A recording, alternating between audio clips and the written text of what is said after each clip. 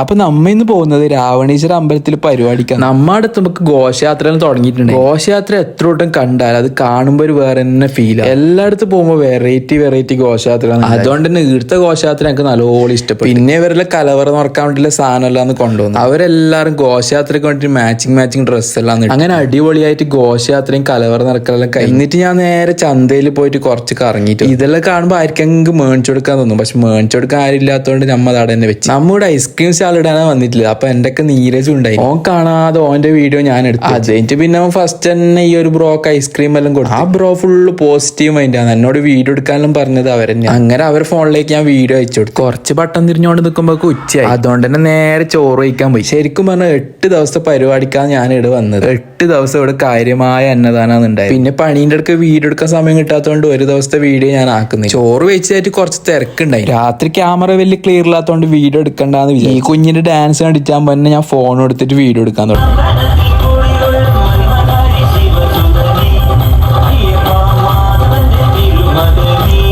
പരിപാടി നോക്കിക്കൊണ്ടിരിക്കും പൈക്കാൻ തുടങ്ങി. എനിക്ക് പിന്നെ പൈക്കാൻ തുടങ്ങിയെങ്കിൽ പറയണ്ടല്ല. പിന്നെ തിന്നോട് എന്ത് തിന്നണ്ടേന്ന് വിചാരിച്ച് നിൽക്കുമ്പോഴാണ് അവിടെ ചറുമുറാക്കുന്നത് കണ്ടത്. അപ്പൊ ഒരു പ്ലേറ്റ് ചറുമുറ് വേണം. ആ ചറുമുറ് നല്ല ടേസ്റ്റ് ഉണ്ടായി. അത് തിന്നിട്ട് വയറ് നിറയാത്തോണ്ട് ഒരു ഡബിൾ ഓംപ്ലേറ്റും ബ്രെഡും പറഞ്ഞു. എന്നിട്ട് അത് തിന്നിട്ടായിട്ട് നേരെ സ്റ്റേജിലേക്ക് പരിപാടി നോക്കാൻ വേണ്ടി ഒരുവിധം പരിപാടിയെല്ലാം കഴിഞ്ഞു. അത് കഴിച്ച് ഗാനമേള ഉണ്ടായിനി. ഗാനമേളക്കാന്ന് ഫുള്ള് തുള്ളി. ഇടക്ക് പോയിട്ട് ഞാനും തുള്ളി. അത് കഴിച്ച് തിരക്കായോണ്ട് ഞാൻ നേരെ സ്റ്റാളിലേക്ക് സമയം കിട്ടുമ്പോൾ ഇടക്കിടക്ക് വന്നിട്ട് ഇവരെല്ലാം വീഡിയോ എടുത്തോണ്ട് ഈ ആട്ടിനെല്ലാം ഒറ്റക്ക് വന്നിട്ട് വൈബാക്കുന്ന തന്നെ. ഞാൻ കുറേ തൊട്ട് രാവണീശ്വരൻ പണിക്ക് പോയിട്ടുണ്ട്. അതുകൊണ്ട് ഒരുവിധം നാട്ടുകാരെ ഫുള്ള് എനിക്കറിയാം. അവരെല്ലാരും നല്ല ആൾക്കാർ. അങ്ങനെ അടുത്ത ഓരോ പരിപാടി കഴിഞ്ഞ് 8 ദിവസം പോയത് അറിഞ്ഞിട്ടേ ഇല്ല. പിന്നെ ഗാനമേള കഴിഞ്ഞിട്ട് സ്റ്റാളും പൂട്ടിട്ട് നമ്മ നേരെ പുറക്കേക്ക് പോയി.